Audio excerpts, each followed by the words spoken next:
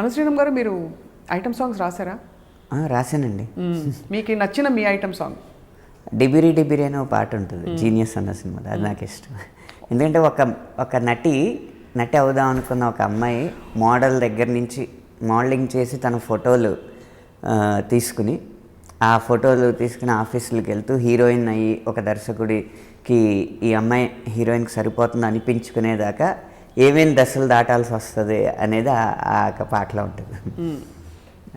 ఒక్కసారి ఒక పల్లవి మా కోసం, ఎందుకంటే మీరు పాఠకులు కాబట్టి మేము అంటే చాలా సంవత్సరాలు అయినా సరే.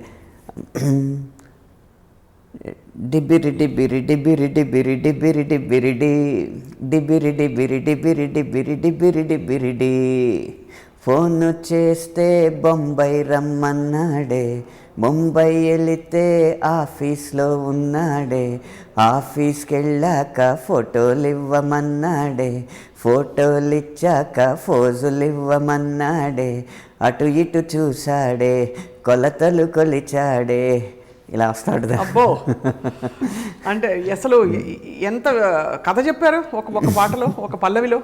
అదే అనే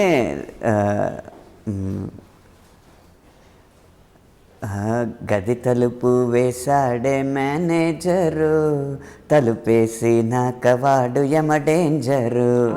తలుపేసి ఏం చేసాడక్క, అది వర్ణించకూడదు కదా, అందుకని డిబిరి డిబిరి డిబిరి డిబిరి డిబిరి డిబిరిడి అని వస్తుంది. అంటే ఎప్పుడూ ఒక గీత చూసుకుంటూనే ఉండాలి మనం సాహిత్యంలో.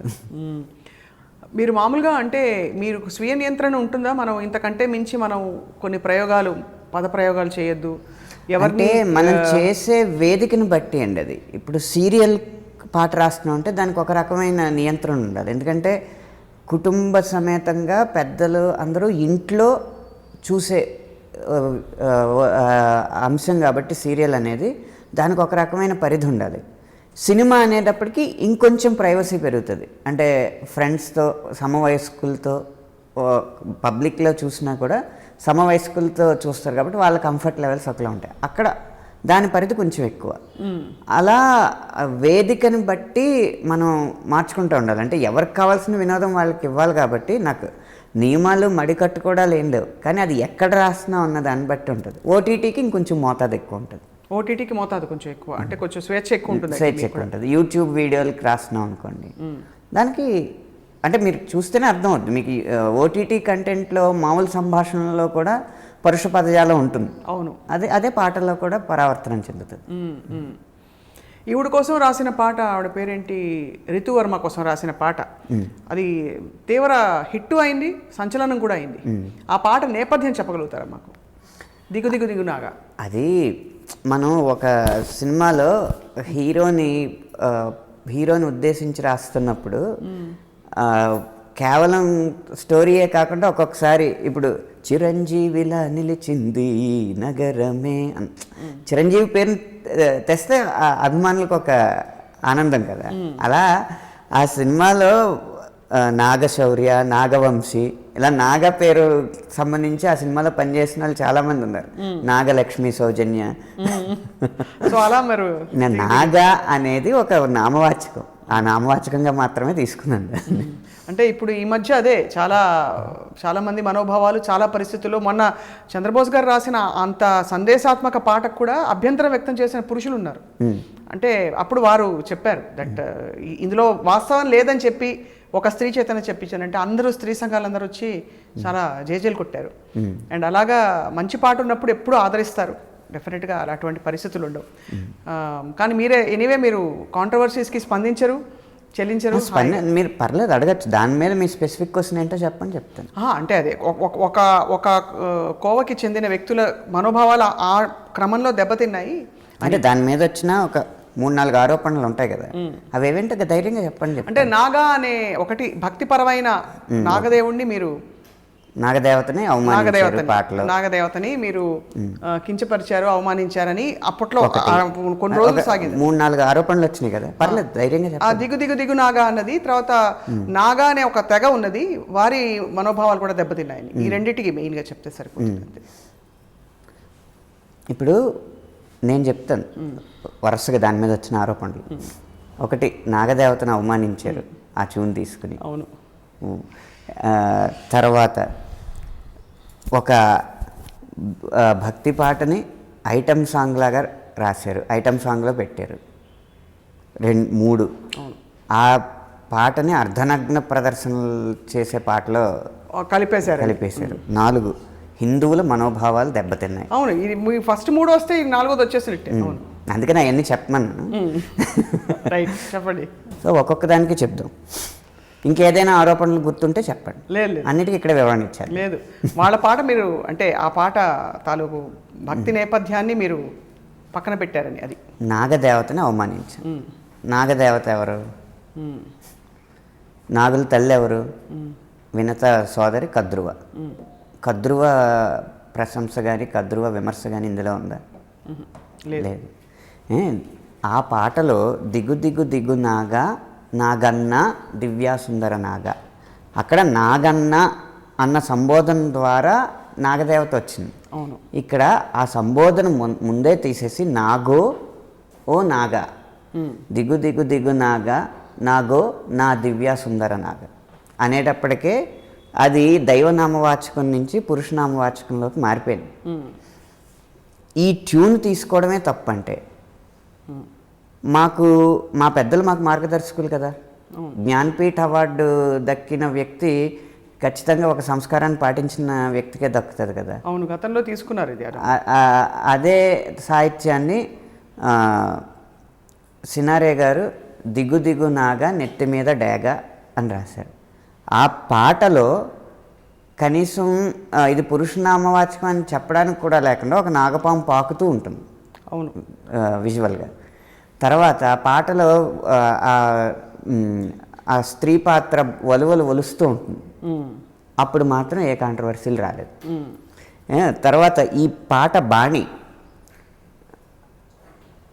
దిగు దిగు దిగు భామ ఈ ప్రేమలో తెంతో చూద్దామా అని చిరంజీవి గారి సినిమాలో వాడారు. అవును, గతంలో జరిగిన దాన్ని బట్టేగా మేము చేస్తాం. ఇప్పుడు సోషల్ మీడియా ఉందని నాకు రాజకీయంగా పలుకుబడి రావట్లేదు, ఏదో ఒకటి పట్టుకుని ఈ తీగ పట్టుకుని డొంకో లేకపోతే కుక్కతో కట్టుకుని గోదావరి ఈదాలన్న ఉద్దేశంతో చేసేస్తే దానికి మేము ఎందుకు స్పందిస్తాం? పైగా ఆ సమయంలో స్పందించవచ్చు. పోనీ స్పందిస్తే దాన్ని ఒకసారి ఆరోపణ చేసిన వాళ్ళు అవునండి మీరు చెప్పింది నిజమండి అని ఎందుకు ఒప్పుకుంటారు? దాన్ని ఇంకా ప్రత్యారోపణ, ఆ ప్రత్యారోపణకి ఇంకా ప్రత్యారోపణ చేసి దాన్ని పెద్దది చేసి సినిమా మీద మంటలు పేడలో చల్లడానికి ఉపయోగిస్తారు. ఆ నిర్మాతకు నేను నష్టం ఎందుకు కలిగించాలి? సో అందుకే స్పందించారు మీరు. అందుకే స్పందించాలి. కానీ ప్రతిదానికి వివరణ ఇస్తాను. నాగ అయింది, నాగదేవతని అవమానించే అన్నారు. నాగదేవత కద్రువాని కానీ కద్రువ సంతానాన్ని కానీ తక్షకుణ్ణి కానీ వాసుకిని కానీ ఎవరిని ఏ నాగుల పేరు అందులో పెట్టలేదు.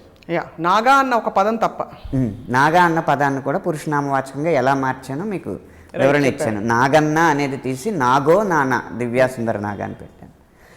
3 ఐటమ్ సాంగ్. ఐటమ్ సాంగ్లో ఇది వాడారు అన్నారు.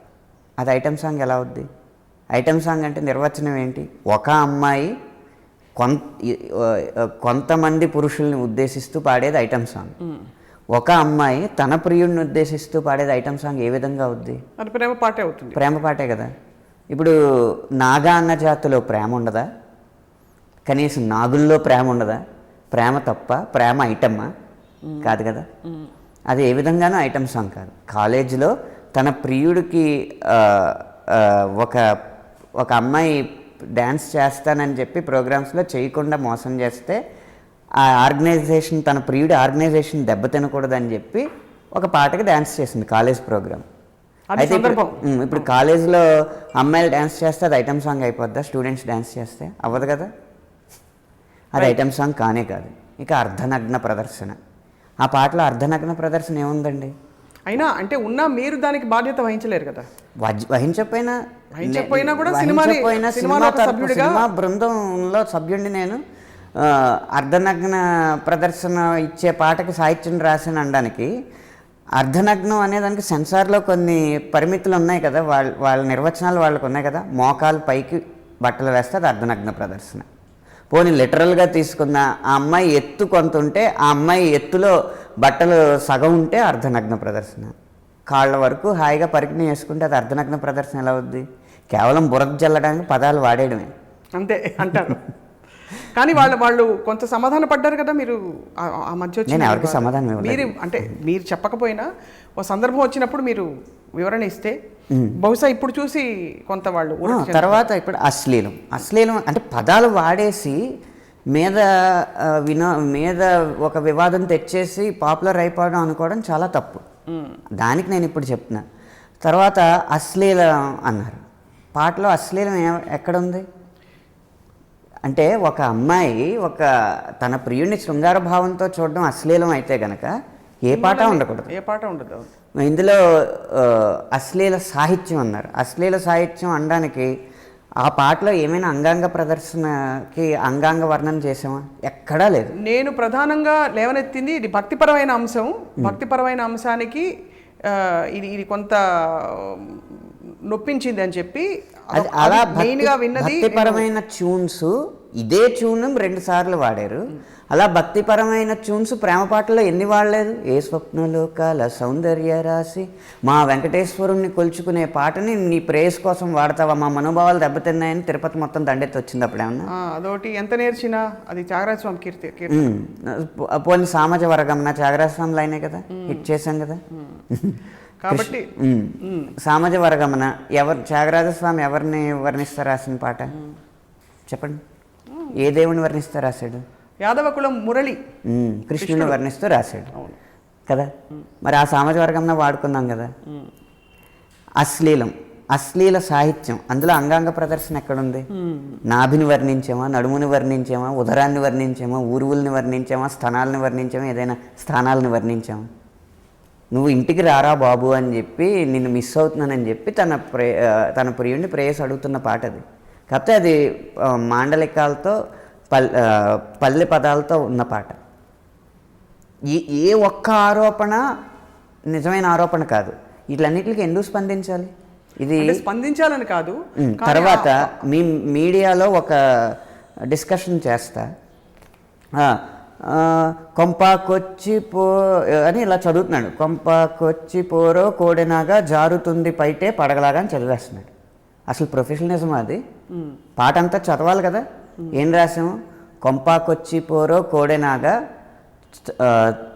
చంపుతుంది పైటే పడగలాగా, జారుతుంది పైట అనలేదు. అంత అశ్లీలం ఏం రాయలేదు. ఆ మాత్రం ప్రొఫెషనలిజం లేకుండా మీరుండి మా మీద వీళ్ళు డబ్బుల కోసం ఏమైనా చేస్తారు, ఏ గడ్డైనా తింటారు అలా ఎవరు ఆరోపించలేదు అని శ్రీరామ్ గారు. ఆ డిస్కషన్ చూసే చెప్తున్నాను నేను. సినిమా ప్రతినిధిగా నన్ను మీరు అడుగుతున్నారు కాబట్టి మీడియా ప్రతినిధిగా నేను మీకు చెప్తున్నాను. కనీసం అందులో శ్రీరామ్ గారుగానే అడుగుతున్నాను, అనంత్ శ్రీరామ్ గారినే అడుగుతున్నాను. సినిమా ప్రతినిధిగా కూడా కాదు. అనంత్ శ్రీరామ్ గారు రాసిన పాట మీద స్వప్న అడుగుతున్న ప్రశ్నలు ఇవి. అయితే అనంత్ శ్రీరామ్ గారు రచయితగా మీడియా ఇండస్ట్రీ ప్రశ్నించట్లే. అనంత్ శ్రీరామ్ అనే రచయిత స్వప్న అనే జర్నలిస్ట్కి చెప్తున్న ఆన్సర్ ఏంటంటే, జర్నలిజంలో కూడా ఒక ప్రొఫెషనలిజం ఉండాలి. తప్పకుండా అందులో తప్పు రాసుందనుకోండి, ఇప్పుడు జారుతుంది పైటే అనే రాసుంటే అదే చదవండి. అంతే తప్పితే లేని సాహిత్యాన్ని చదివి ఆ సాహిత్యానికి ఏమో ఆవిడెవరితో జారుతుందా, బయట జారుతుందా, ఏంటా పదాలు, ఏంటా అశ్లీలం. కానీ ఒకటి ఏ మాట కామాట అనంతశ్రీరామ్ గారు, మీరు ఇంత స్పోర్టివ్గా స్పందిస్తున్నారు కాబట్టి ఇదే మీడియా పాట హిట్ అయినప్పుడు అసలు పిచ్చగా అసలు పాటని పాడుకుంటూ అద్భుతంగా దాన్ని ప్రమోట్ చేస్తూ కూడా చేస్తాం. ఇదే మీడియా, ఇదే సోషల్ మీడియాలో షేర్ చేస్తాం. మేము దాని మీద చర్చలు పెడతాం. ఇంత హిట్ అయింది తెలుగు సినిమా పాట, ఇంత జాతీయ స్థాయికి చేరిందని కొనియాడతాం. అది కూడా చేస్తాం. ప్రశంసించండి, విమర్శించండి. ప్రశంసించినప్పుడు ఎలా అయితే ఒక ప్రశంసించాలన్న మంచి ఉద్దేశంతో ప్రశంసిస్తారో, విమర్శించినప్పుడు కూడా సద్విమర్శ అనేది అలవాటు చేస్తారు. కేవలం నాగా అనే ఒక జాతికి మరియు భక్తికి వాళ్ళ మనోభావాలకి విఘాతం కలిగిన ఆ సందర్భం ఎందుకు వచ్చింది, ఆ పాట ఎలా రాశారని అడగడం తప్ప ఇవాళ నేను ఫస్ట్ టైం మిమ్మల్ని అడుగుతున్నాయి. అవునా? స్వప్న అనంత్ శ్రీరామ్ గారిని ఫస్ట్ టైం ఈ క్వశ్చన్ అడుగుతుంది. నాగా అన్న జాతికి అన్నప్పుడు అక్కడ ఏకవచనం ఉంది కదండి. జాతి ఎలా అయింది అక్కడ? అంటే దిగండి నాగా ప్రజలారా అన్నామా?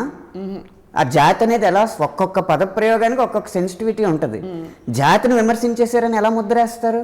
అది అప్పట్లో వాళ్ళు అన్నది తప్పు. అయితే అదని చెప్పేయండి, క్లారిఫై చేస్తా అంతే. అంతకంటే సింపుల్. ఇక్కడ బహువచనం ఉందా? దిగండి నాగా ప్రజలారా అన్నామా? నాగా అనేది ఒక పురుష నామవాచకంగా వాడాం. ఇప్పుడు రామ అనేది ఒక పేరు ఉంటుందండి. ఆ రామ అన్న పేరు విలన్కి అయ్యి ఉంటుంది. అతను ఒక మానభంగాలు మర్డర్లు చేసే వ్యక్తి అయి ఉంటాడు ఆ కథ ప్రకారం. అని ఆ రామ అన్న పేరు సంబోధించి నువ్వు ఇవన్నీ చేయడం తప్పంటే నా రామభక్తులు నా రాముడిని అవమానిస్తారా మీరని ఇంకా ప్రతి దానికి చాలా భూతద్దంలో చూడాలి కరెక్ట్గా.